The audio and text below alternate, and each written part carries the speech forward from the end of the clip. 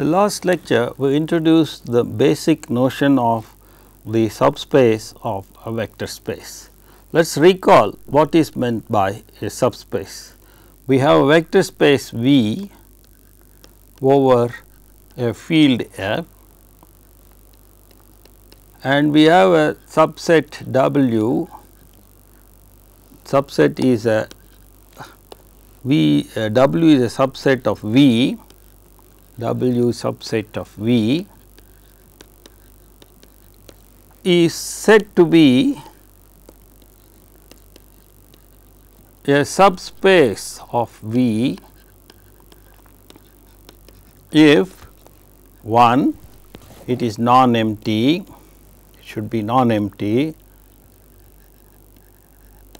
2 it is closed under addition, that is x and y are in W implies x plus y is in W, and it is closed under scalar multiplication. That is, if x is in W and alpha is any scalar, then alpha x must be in W. If these are satisfied, then we say W is a subspace of V. We had seen some example last time. So, we will look at more examples of subspaces.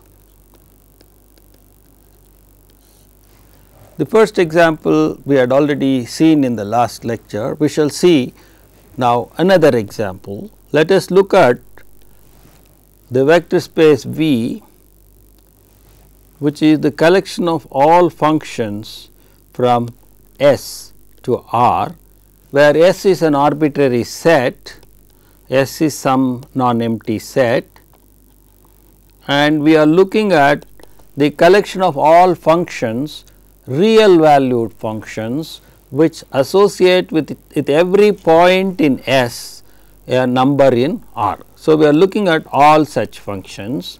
Now, let S naught be a fixed point in S, be a fixed point in S. So, we have S, we have S naught, a fixed point in S. Now, what we want to look at is the collection of all the functions which map S to R. So, they are functions from S to R such that at this point S naught, the value of f must be 0, that is f s naught is equal to 0. So, here is R, in the R the number 0 is there, we want all those functions f from S to R such that this S naught goes to 0 under f. So, this f s naught must be equal to 0. So, we are so W is the collection of all functions from S to R which vanish at S naught.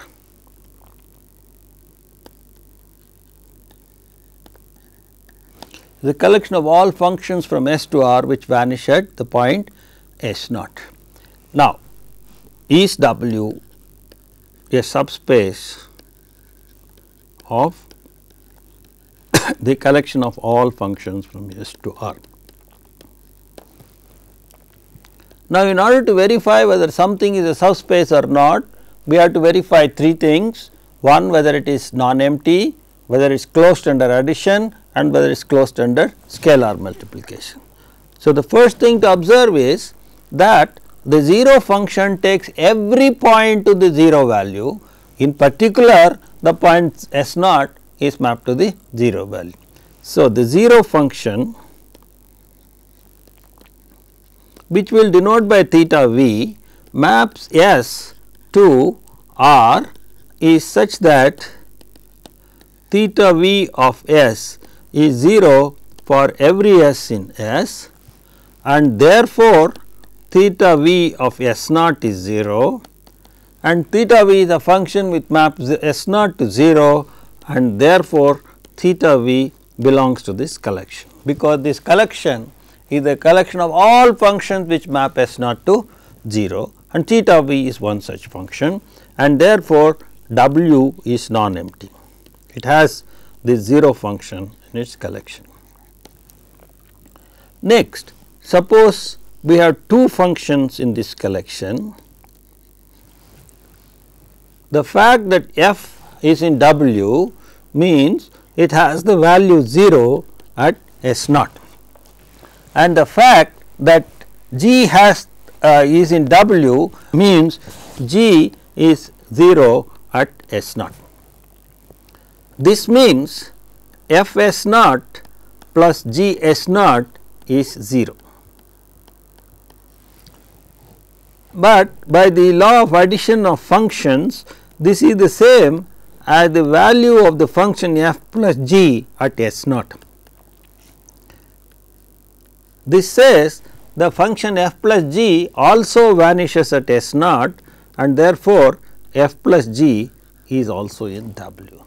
So, thus W is closed under addition.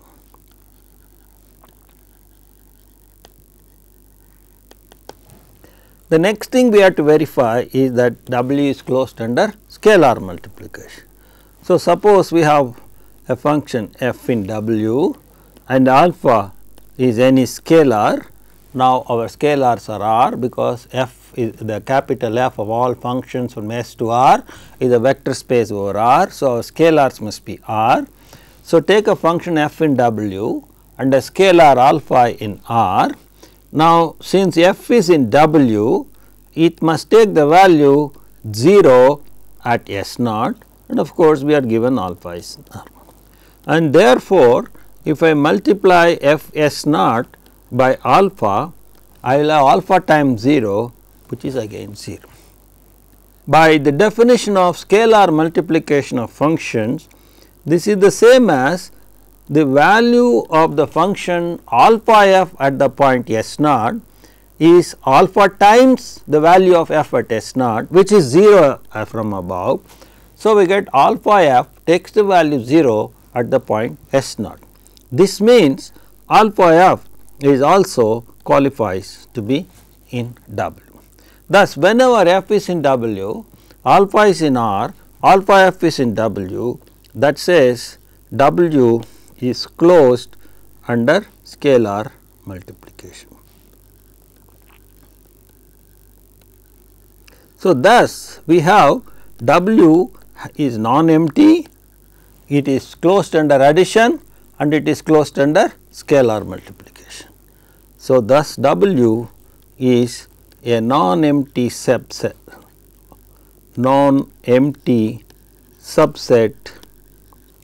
of V, which is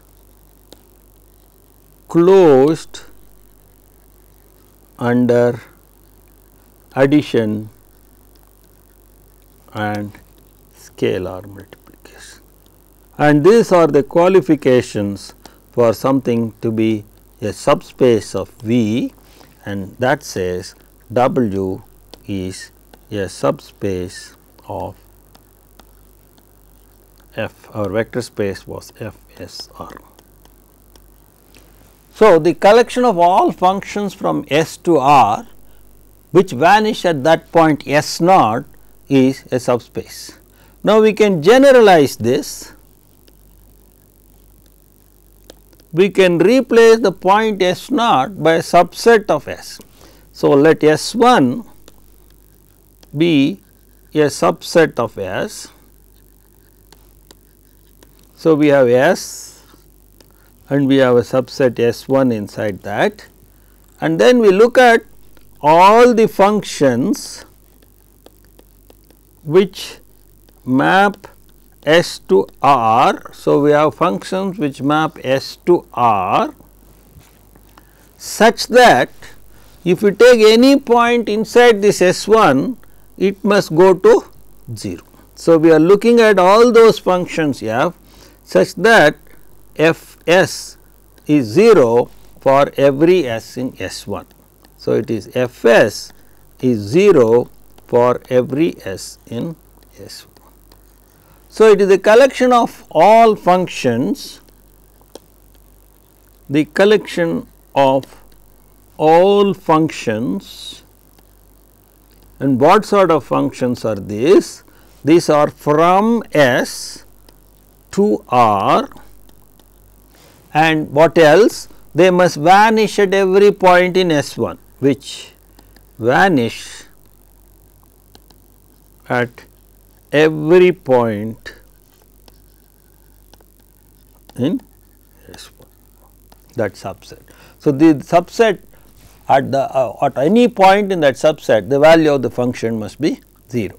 So, we have taken, instead of a single point S naught, we have taken an arbitrary collection or arbitrary subset of S and looked at all those functions which it is in, and as before, this collection W is a subspace of F S R. We shall look one more example now from the context of matrices. So, let us take F any field and let us take the vector space V to be the collection of all m by n matrices. F m cross n means the collection of all matrices over F. Now, suppose A belongs to this vector space. To make things easier, let us take all square matrices. Okay. So, let us take the collection of all square matrices of size n by n. Take a matrix which belongs to this space. So, how does it look like? It is a matrix A11, A12, A1n, the ith row will be AI1, AI2, AII and so on AIN, and the last row will be AN1 etc. ANN, where the AIJs are all from the field F. So, we take an n by n matrix over the field F. For such matrices, we define trace of A as follows. We denote the trace of A by TRA for short. So, the trace of A is defined, this is the definition, to be the, just add all the diagonal entries A11 plus A22 plus ANN. So, it is just A11 plus A22 plus etc. plus ANN, sum of all diagonal entries. It is, we will come across trace later when we deal with matrices and non-homogeneous systems and so on and so forth. Now, let us look at this trace of A. It is easy to see that if we take two matrices A and B in F n cross n, then the trace of A plus B is the same as trace of A plus trace of B. This is because when you add two matrices, the diagonal entry of the sum is the same as the sum of the corresponding diagonal entries. Similarly, if A is an n by n matrix and alpha is any scalar, then the trace of alpha A is just alpha times the trace of A, because when you multiply a matrix by a scalar, the diagonal entries all get multiplied by alpha, and therefore, the trace gets multiplied by alpha. So, now we have this vector space of n by n matrices over F, and we now look at all those matrices which are n by n for which the trace is 0. So, we look at all those n by n matrices for which the trace is 0. Now, let is W a subspace.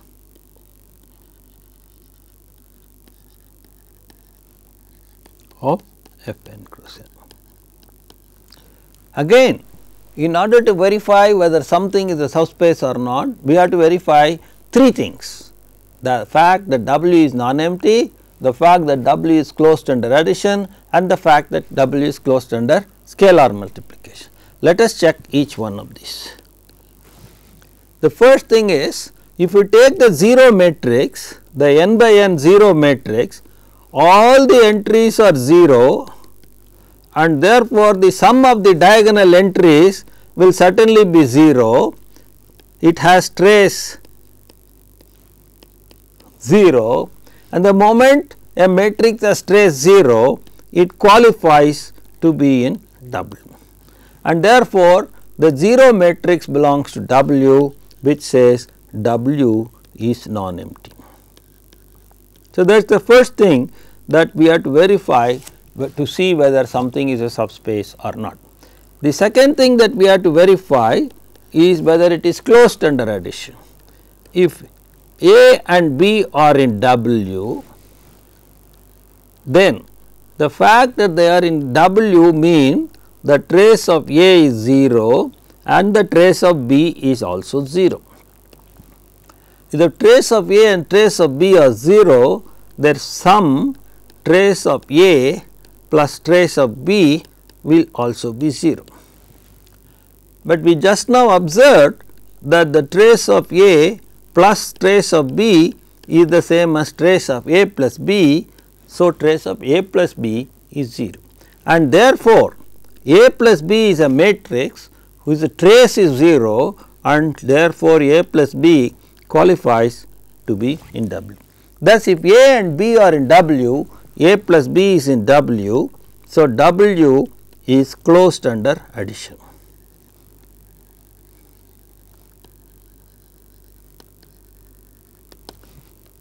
The next thing that we have to verify is whether W is closed under scalar multiplication.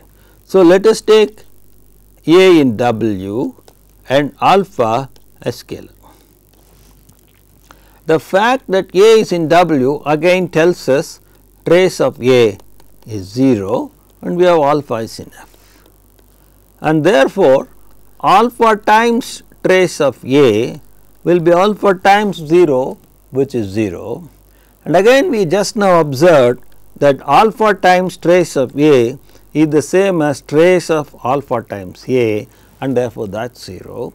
So, alpha times A is a matrix, it has trace 0 and hence it qualifies to be in W. So, that says W is closed under scalar multiplication. Thus, we have seen that W,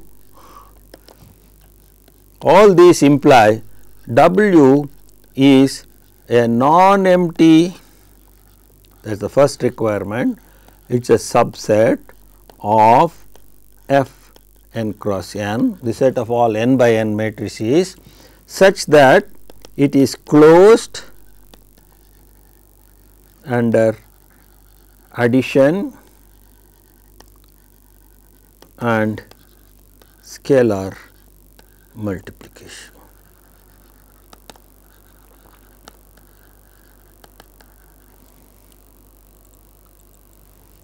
And these are the qualities that are required for something to be a subspace, and hence W is a subspace of F n cross n. So, this is an example of a subspace in the vector space of matrices.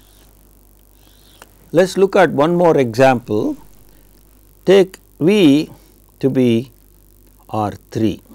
Our usual space, again the standard space R3 with which we always start all examples, and then now let us look at W to be the collection of all those vectors in R3, that means x is x1, x2, x3, such that say 2x1 minus 3x2 minus x3 is 0 and 3x1 minus 4 x 2 plus x 3 is 0. We are looking for all those vectors whose components x 1, x 2, x 3 are such that these two conditions are satisfied. We can look at W as follows. So, let A be the matrix 2 minus 3 minus 1, 3 minus 4 1. Then these two conditions boil down to saying A x is the 0 vector. So, we can write W as the set of all vectors in R 3 such that A x is theta 2. A is a 2 by 3 matrix. So, W can be thought of now as the set of all x in R 3 such that A x equal to theta 2 is W a subspace. Again we have to verify three things, that it is non-empty, it is closed under addition and it is closed under scalar multiplication. Clearly A times theta 3 is equal to theta 2.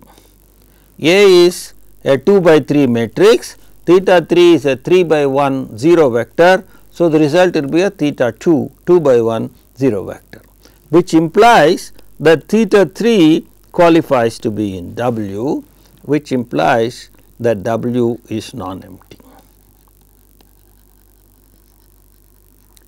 The next thing to verify is that W is closed under addition. So, let us take x and y in W.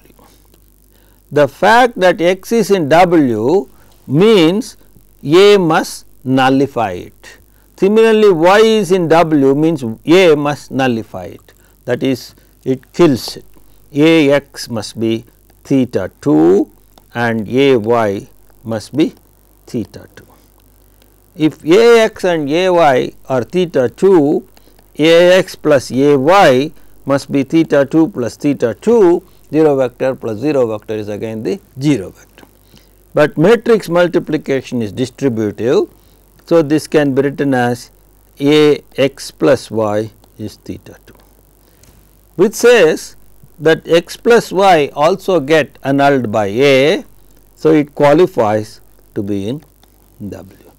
So, we have W is closed under addition. The next thing we have to verify is that W is closed under scalar multiplication. So, take x to be in W and alpha to be any scalar, and the fact that x is in W says A x equal to theta 2 and alpha is in F. But if A x is equal to theta 2, alpha times A x will be alpha times theta 2, which is theta 2. Again, in matrix multiplication, constants can be moved and in and out of the multiplication. So, A times alpha x equal to theta 2, which says alpha x also gets annulled by A. So, alpha x also qualifies to be in W. Therefore, W is closed under scalar multiplication. So, we have seen that W is non-empty, is closed under addition and it is closed under scalar multiplication. All these say that W is a subspace of R 3. Now, we can generalize this. This leads us to certain subspaces associated with a matrix. We are going to look at a number of subspaces associated with a matrix, and these are the subspaces that are going to help us in the analysis of the various questions that we raised about a matrix, the systems of equations, diagonalization, decomposition, etc. So, we begin with F be a field and we look at a matrix which is in M cross n. Now, we can generalize the previous example and then instead of R 3, now we look at R n and look at all those vectors which get annulled by A. So, we look at the first subspace that connected with the matrix A is the following. We look at W to be all those vectors in F n such that A x equal to theta m. This is the same as looking at all the solutions of the homogeneous system corresponding to the matrix. So, this is the set of solutions corresponding solutions of the homogeneous system corresponding to the matrix A. So, we look at all these solutions of the homogeneous system, we would see that this is a subspace. It will be a subspace of what? It will be this is a collection of vectors from F n. So, this is a subset of F n. So, it will be if at all it is a subspace, it will be a subspace of F n. So, 1 clearly the 0 vector in F n is a solution of the homogeneous system.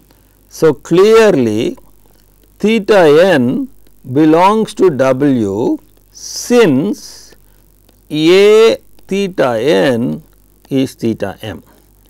Remember, A is an m by n matrix. If you multiply it by the n by 1 0 vector, you get the m by 1 0 vector. This implies theta n is always, this is because theta n is always in a solution of the homogeneous system. Now, this implies that W is non-empty. So, that is non-empty, and if it has to be a subspace, it has to be closed under addition and scalar multiplication. So, let us look at x and y in W. What does that mean? Actually, we must say W is a non-empty subset of F n, because all we are for the definition of W, we are considering some vectors in F n which has this additional property. So, W is a subset of F n, it is a non-empty subset of F n. Now, suppose x and y are in W, because x is in W, A x must be theta m, because y is in W, A y must be theta m. Now, because both are theta m, their sum will be theta m plus theta m, which will be theta m. Matrix multiplication is distributive, therefore, A x plus y is theta m, that says x plus y belongs to W. This proof is exactly alike to the last example we saw. The next thing that we have to verify is the fact that it is closed under scalar multiplication. So, x is in W, alpha in F. So, we will go through this as in the previous example, which says A x equal to theta m, because x is in W and alpha is in F. That says alpha times A x is equal to theta m, alpha times theta m is theta m, and that says A of alpha x is theta m, and that says alpha x qualifies to be in W. So, thus we see that W is a non-empty subset of F n which is closed under. So, W is equal to the set of all x in F n such that A x equal to theta m is a non-empty subset of F n which is closed under addition and scalar multiplication, and that is what qualifies something to be a subspace of Fn, which implies W is a subspace of Fn. This subspace is called the null space of the matrix A. This subspace is called the null space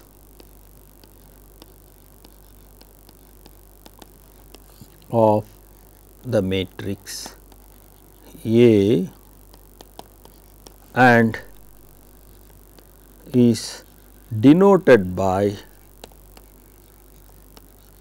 N A. N stands for null space. So, what do we have? N A is equal to the set of all x in Fn such that A x equal to theta m. So, the null space is nothing but the set of all solutions of the homogeneous system corresponding to the matrix A. So, if A is an F m by n matrix, the null space is a subspace of Fn. So, that is the first subspace that we have seen associated with a given matrix A. Now, we shall look at another subspace which is associated with the matrix A. So, again we have A Fmn. When we were solving non-homogeneous systems A x equal to b, we found that we may have a situation where for some b we will not have a solution, for some b we will have a solution. So, what we would like to do is collect all those b's which are good, in the sense we can solve the system A x equal to b. So, we will now look at W. Now, where is this b? This b is in Fm, because A is Fm by n or m by n matrix, x is n by 1. So, the product will be m by 1. So, we are looking at all those b's in Fm such that there exists a solution x satisfying A x equal to b. So, we are collecting all those b for which the system A x equal to b is consistent. So, in the language of non-homogeneous system, we are looking at all those b's in Fm for which the system A x equal to b is consistent. Now, W is a subset of Fm. Is it non-empty? Clearly, when we take b equal to theta m, we have the homogeneous system, and we know that the homogeneous system always has the trivial solution. So, therefore, clearly theta m belongs to W, because x is equal to theta n satisfies A x equal to theta m. Therefore, W is non-empty.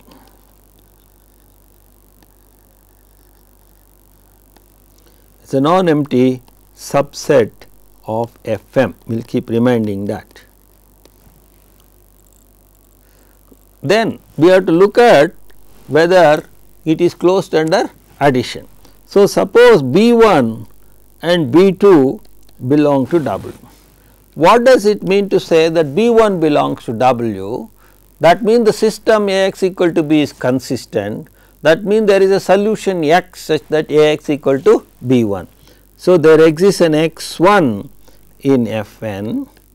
Similarly, for B2 there is an x2 in Fn such that x1 is a solution of A x1 equal to B1 and x2 is the solution of A x2 equal to B2. Now, that says A x1 plus A x2 is B1 plus B2. Again matrix multiplication distributivity tells us Ax1 plus x2 is B1 plus B2. Now, x1 is in Fn, x2 is in Fn, and therefore, x1 plus x2 is in Fn. Let us call it as x is equal to B1 plus B2, x belonging to Fn, x equal to x1 plus x2. Therefore, it says the system Ax equal to B1 plus B2 has a solution, and that means B1 plus B2 is qualified to be in W. Therefore, W is closed under addition. Similarly, we look at closed with respect to scalar multiplication. Suppose we will use consistent notation. Suppose B is in W and alpha is in F. The fact that B is in W guarantees that there exists an X in Fn such that Ax equal to B, and of course, our alpha is in F. Since Ax equal to B, we see that alpha times Ax equal to B, which in turn says A times alpha x equal to B. Now, x is in Fn, alpha is in F, and therefore, alpha times x is also in Fn. Let us call it as some y, Ay equal to B, y equal to alpha x belongs to Fn, which means the homogeneous system Ax equal to B also has a solution, namely the solution y. So, therefore, B qualifies to be in W, which says W is closed under scalar multiplication. Thus, what do we get? W is a non-empty subset of Fm closed under addition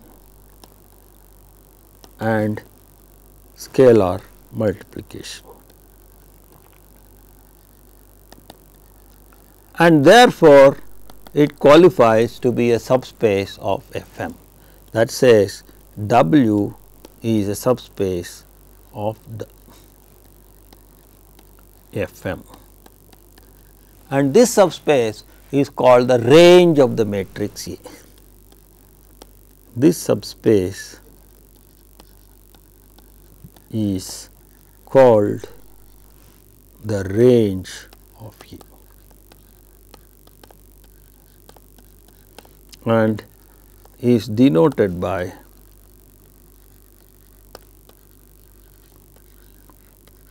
RA. So, what is RA? RA is the set of all B in Fm such that there exists an X in Fn satisfying Ax equal to B. It is all those B's for which Ax equal to B is a consistent non-homogeneous or homogeneous, B is 0 is homogeneous system.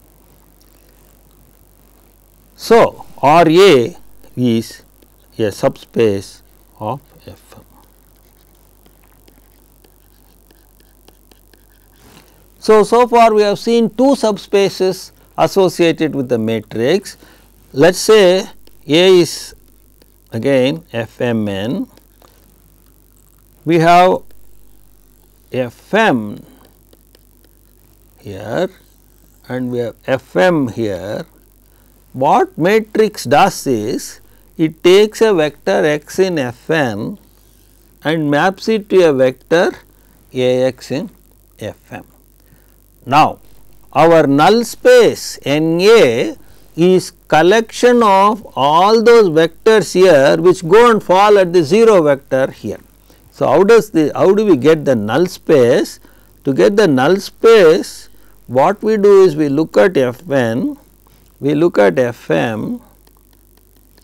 In the Fm there is the 0 vector, and what we do is we collect all those fellows, we go and fall there, A times that becomes 0. This part is what is the null space of A. So, the null space of A is the collection of all those vectors in Fn which get mapped to the 0 vector. So, the null space of A is a subspace of Fn, because we are looking at those vectors in Fn which go and fall there. On the other hand, to get the range, what we do is we look at Fn, we have the Fm here. Now, we collect all those vectors B for which I can find an x here which goes and falls there. So, you can say B is the value taken by A at some point x. If you think of A as a function from Fn to Fm, B must be the value of the function A at some point x. So, that gives us the range of A. So, the range of A is the subspace of Fm, whereas the null space of A is a subspace of Fn. So, the net result is we have Fn, we have Fm.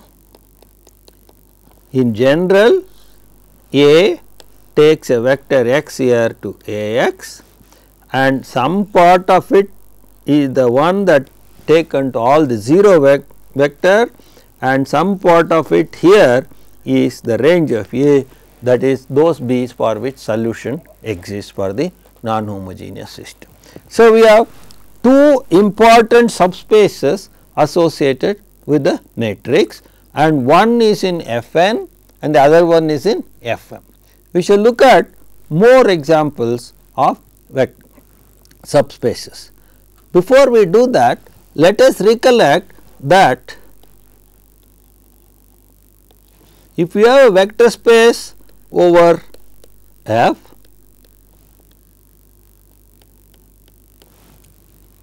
and if you take a finite subset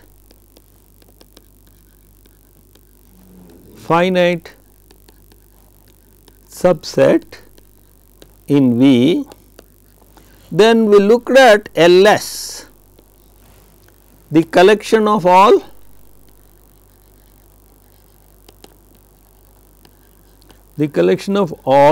linear combinations of S vectors, and this is a saturation limit we had reached at the construction, and this is what motivated us the definition of a subspace, and Ls is a subspace of V.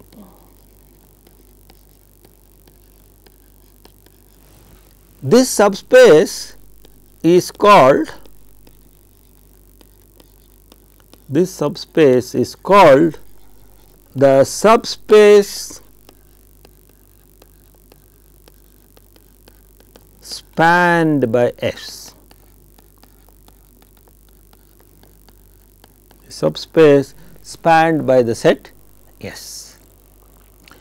Now, let us take a matrix A which is M cross N, entries are from the field F. So, I have M cross N matrix, and now let us look at the matrix A. Let us write it as A1 1, A2 1, etc. A1 1 is the first row. So, it should be A1 2, A1 n, and so on. The ith row will be AI1, AI2, AIN, and the last row will be AM1, AM2, AMN. Now, consider an M by N matrix and look at the first column. The first column has 1, 2, 3 M entries. So, if we now write C1 as the first column as a column vector A1 1, A2 1, AM1, we get a vector in Fm. It is in Fm because there are M entries here. Similarly, C2 is a vector A12, AM2, that is also in Fm, and so on, and in the nth column which is A1n, A to n A m n, that is also in F m. So, each column belongs to F m. These are called the column vectors of F. C 1, C 2, C n are called column vectors of A. Now, let us consider the set of vectors C 1, C 2, C n. This is a subset in F m, because each one of these vectors has m components, each one of the vectors is in F m. So, we have a subset of vectors in F m in the vector space F m, and that is a finite subset.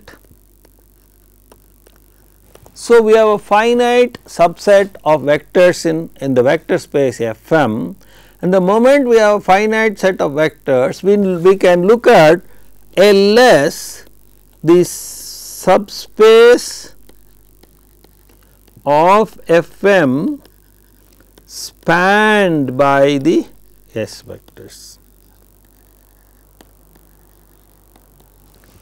That is the set of all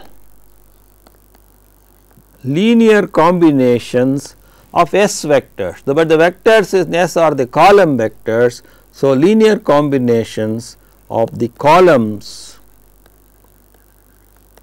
of A. So, we have the subspace of A m spanned by the columns of F m. So, what is this subspace? It is the subspace of all linear combinations of the columns of A. So, let us write it as, this is called the column space, this is called the column space of A, and we shall denote it by call A, column space of A. So, what is call A? Call A is the set of all vectors in F m which are linear combinations of the columns of A, where the alpha i's are in F for 1 to R. So, the column A, the collection of all linear combinations of the columns of A, it is the subspace spanned by the column vectors of A, and now we have to verify whether this is subspace or not, but we already know that Ls is always a subspace, and therefore, column A or the column space of A, which we denote by this, with what we call as the column space of A, is a subspace of F m.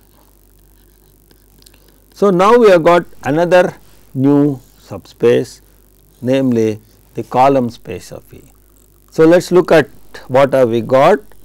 We have F n, we have F m, and we have the matrix A which belongs to F m n, which takes any vector in F n to a vector in F m. Now, here we got one subspace which we called as the null space of A. Here we had one subspace which we call the range of A. Now, we have got another subspace in F m known as the column space of A. We do not know what its relation with range of A. So, in general we will denote it like this. It may or it may not have an intersection with range of A, or it may not be different from range of A. At the moment we do not know. So, we do have a subspace in the range F m. So, in F m we have got two subspaces, and in F n we have got one subspace. Now, given the matrix A, we look at the matrix A transpose, which is in FNM. The A transpose, you may recall, is the matrix which is obtained from A by writing the rows as columns and the columns as the rows. So, the ith row of A transpose is simply the ith column of A written as a row. So, A transpose is an so we can talk about the null space of A transpose, we can talk about the range of A transpose, we can talk about the column space of A transpose. Now, the null space of a matrix which was m by n, if you have an m by n matrix, the null space was a subspace of Fn. So, since A transpose is Fn cross m, the null space will be a subspace of Fm. And if you have a matrix which is m by n, the range is a subspace. If you have m by n, the range is a subspace of Fm. So, similarly, if I have a matrix A transpose which is Fn by m, the range of A transpose will be a subspace of Fn.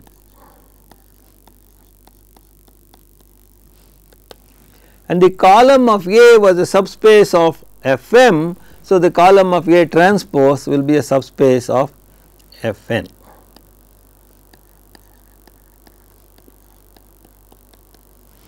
So, totally we have got 6 subspaces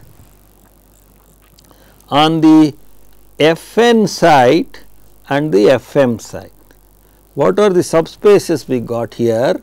The null space of A, the range of A transpose and the column space of A transpose. Here we had the null space of A transpose and range of A and the column space of A. Now, the column space of A transpose is also called the row space of A, because the columns of A transpose are the rows of A, and similarly this is called the row space of A transpose. So, now we actually had 8 spaces, out of which 2 are identical. We end up with 6 subspaces associated with a matrix. 3 of them are on the Fn side and 3 of them are on the Fm side. There is a lot of relationship between these subspaces. We shall be looking at this relationship one by one. So, there are, if we summarize, there are 6 subspaces as of now associated with a matrix. 1, the null space of A, the range of A transpose and the column space of A transpose, which is the same as the row space of A. These are all subspaces of Fn, and then we have the null space of A transpose, the range of A and the column space of A, which is the same as row space of A, and these are all subspaces of Fm. So, now we shall look at some relationship between these spaces.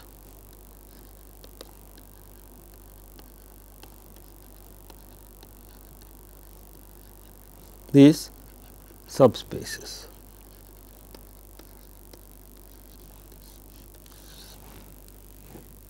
Let us begin with the column space of A.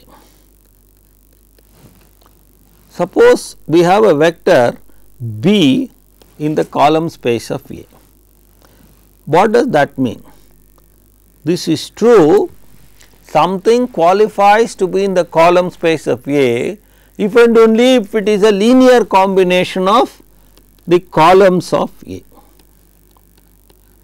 So, it must be of this form. There are n columns of A. So, B must be of this form. What does that mean?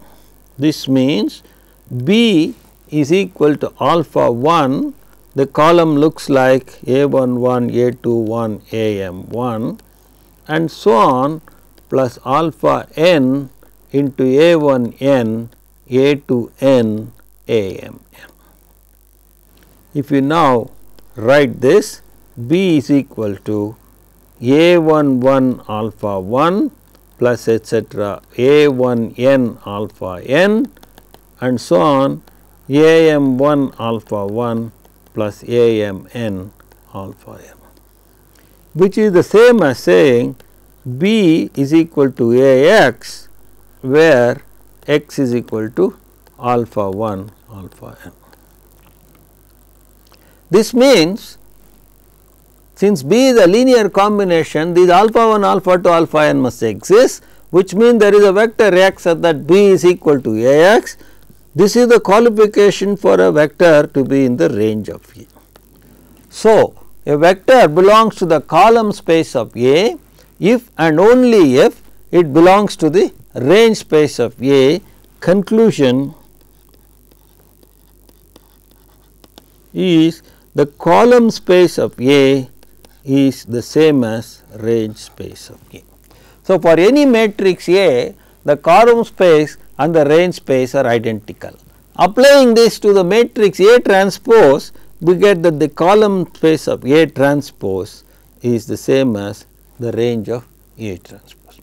Now, we had the 6 subspaces, out of which 2 here collapse into the same and 2 here collapse into the same. So, eventually what we have got is on the Fn side, on the Fm side, we have range of A transpose, which is the same as the column space of A transpose, which is the same as the row space of A.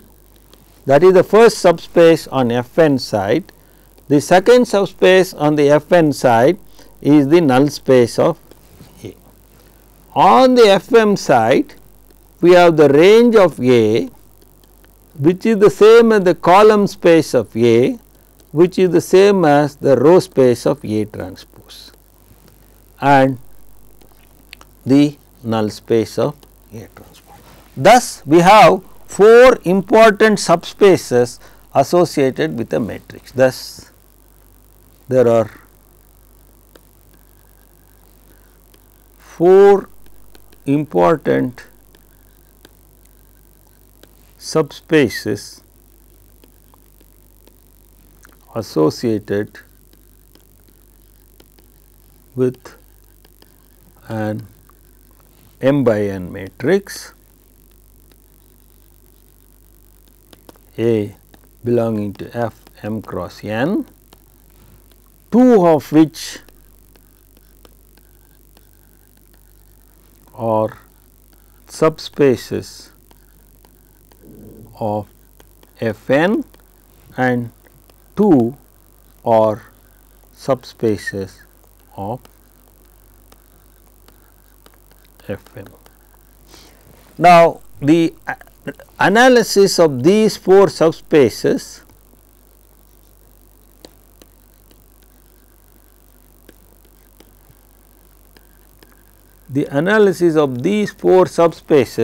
plays a crucial role